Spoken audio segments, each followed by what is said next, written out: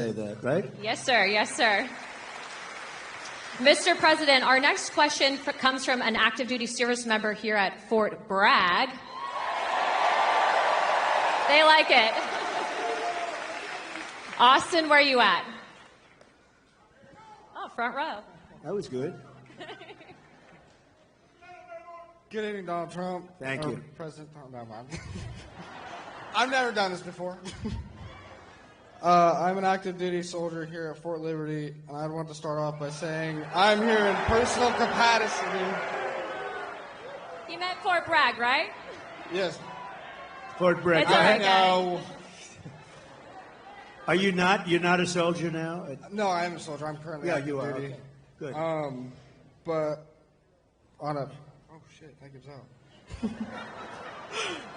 I'm here in my personal capacity, not speaking on behalf of the Army or DOD in any way. Right. This week we saw the missiles flying into Israel from Iran and how impressive the Iron Dome is in protecting Israel. What are your thoughts on the Iron Dome for America? I love it. I love it. How can you? I love it.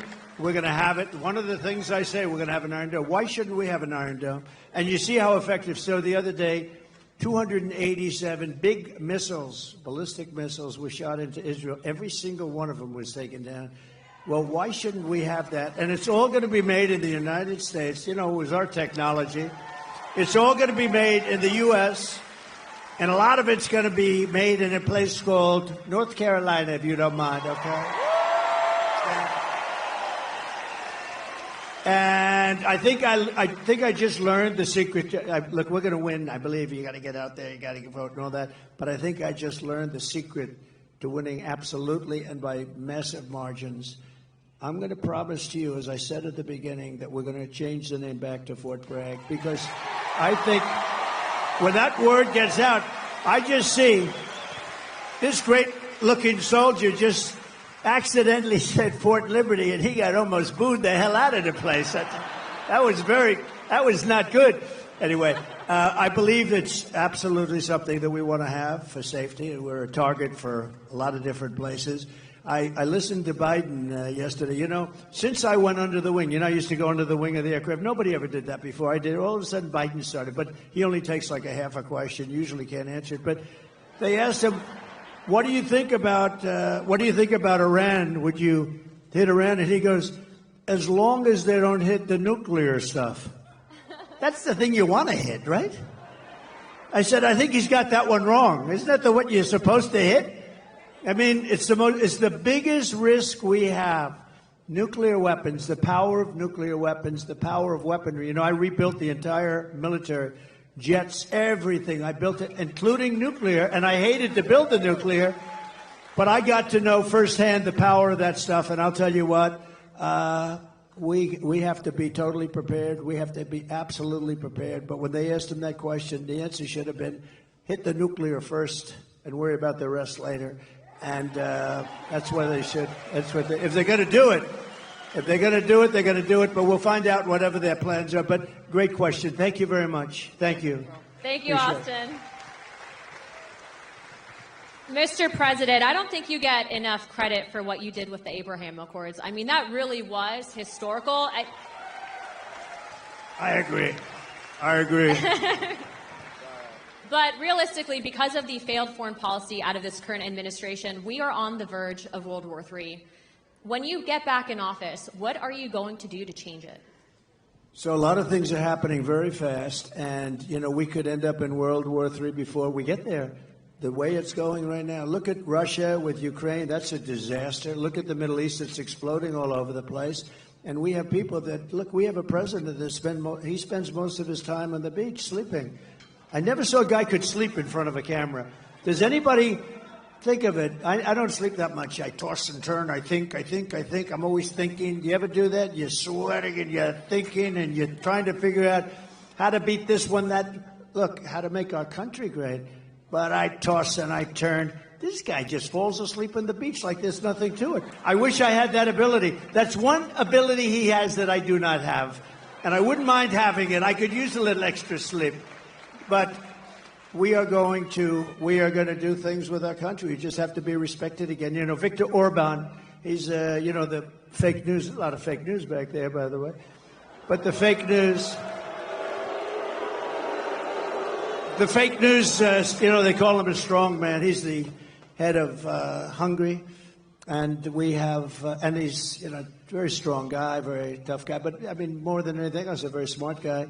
And they said, why is the world blowing up? You have the Middle East is blowing up. You have Russia, Ukraine. That could lead to catastrophe. You talk about nuclear weapons. That could be a total catastrophe. Why is it? He said, if you put Trump back in the White House, it's all going to end. You're going to have peace. You know, we had 4 years. We didn't have any wars. We didn't have any terrorism. We didn't have anything. And I won't tell you exactly what he said. Maybe I will. He said because they were afraid of Trump. I don't want to be the one saying that, but they were probably afraid of me because they think I was crazy. And that's a good thing to think, right, soldier? They said, this guy is crazy.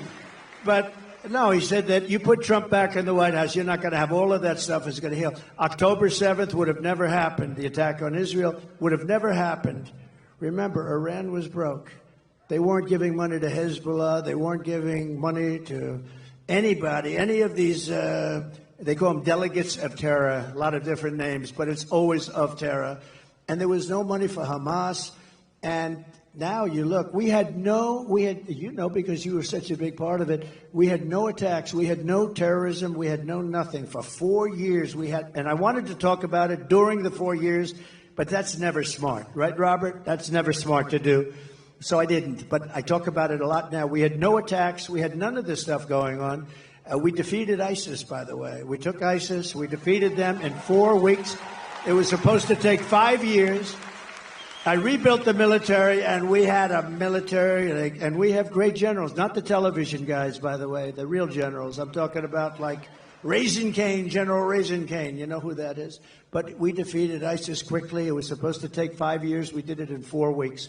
We have a great military, and we have a military that's not woke. You may have a few people on the top that are woke, and we're going to get rid of them so damn fast, your head's going to explode.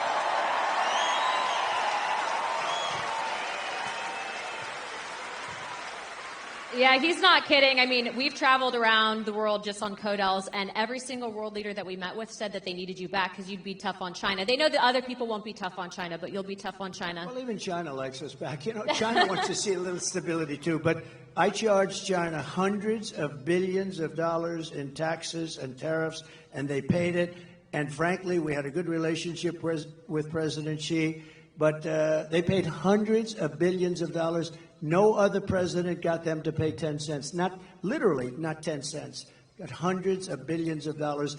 And you know what? More importantly, they respected your country. They don't respect us anymore. They respected your country, and they'll respect us again.